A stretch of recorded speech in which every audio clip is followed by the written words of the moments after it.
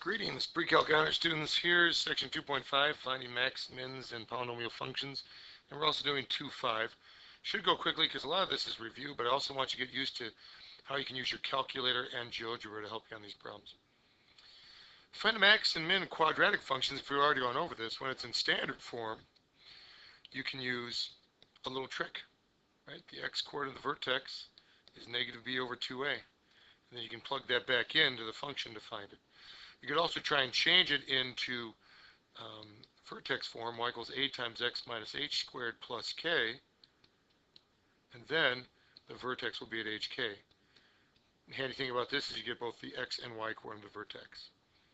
Factored form is also handy because if it's factored, then you can take the average of the roots. So recall that when you're in factored form,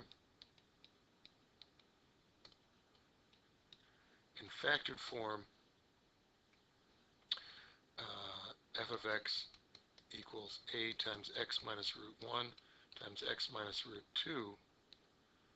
The x-coordinate of the vertex, which is the x-coordinate of the axis of symmetry, is always the average of the two roots. So that's something to keep in mind if it's factored or if you can see what the two roots are. Now this only applies for quadratic functions. When we shift to cubic functions, we can't use that same old trick. It looks like on here with roots at 1, 3, and 5, that we might be able to find this relative max and this relative min here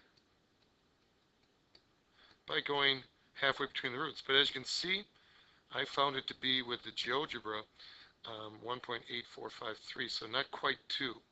And same thing, halfway between 3 and 4 would be 5, but no, see the max is at 4.1547. You can do this on your TI-89 by going to the Math menu, and under that you'll see maximum. Now be careful because it just doesn't find the maximum if you pick a function. You have to set a lower bound and an upper bound using your arrow keys. Set lower bound and upper bound. And once you position it with the arrow keys, you have to enter and a little diamond will show up. You'll see this type of thing showing up on the 89 at the top. And you have to kind of give it a range of values to look over in which to find a maximum or a minimum. Okay, try that and let's continue. Now, using technology to approximate roots of polynomial equations. You've got a nice application on your T89 polynomial apps, and it can solve polynomials very readily. I think you might have seen this in QCP before. If you haven't, give it a try now. Here's a little procedure for getting at it. You just enter the coefficients, the leading coefficients, and making sure you have every coefficient for each power of the unknown, just like you're doing synthetic division.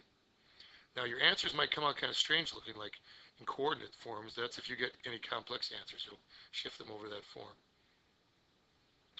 You can also use solve in the algebra menu. That sometimes takes a little longer because you have to enter the whole equation with all the x's raised to the powers.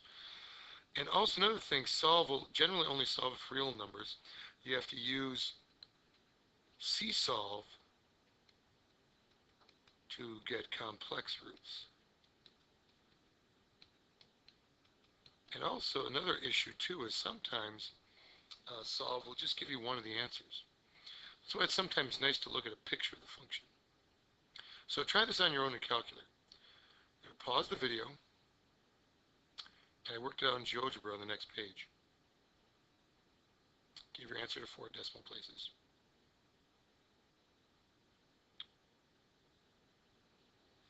Here's what I got for my answers. Root 1, root 2, and root 3 at negative 2.3028, 1, 1.3028.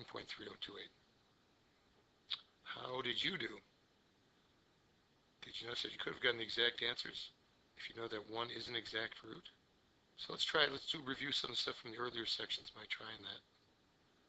Solve this given that 1 is an exact root. So we put 1 in the box, put down the coefficients, don't forget the 0 for the x squared term, zip, bring down the 1, multiply by 1 and add, multiply by 1 and add, multiply by 1 and add. Sure enough, it works. And then if we solve this depressed equation, x squared plus x minus 3 equals 0, doesn't factor, so let's go to quadratic. Negative b plus or minus the square root of b squared, so that's 1, minus 4ac is plus 12, all over 2a, so that's 2.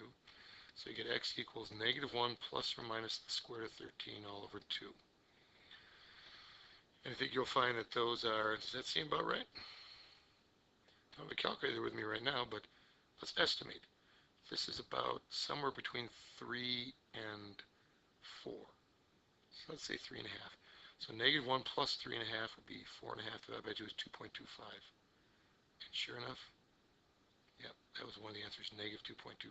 Oh, we had positive. Let's check it, check it. Yeah, if I subtract about 3.5 minus, yeah, minus 2.25. If we add 3.5, it's 2.5 over 2, about 1.25 or so. Let's see, do we get that?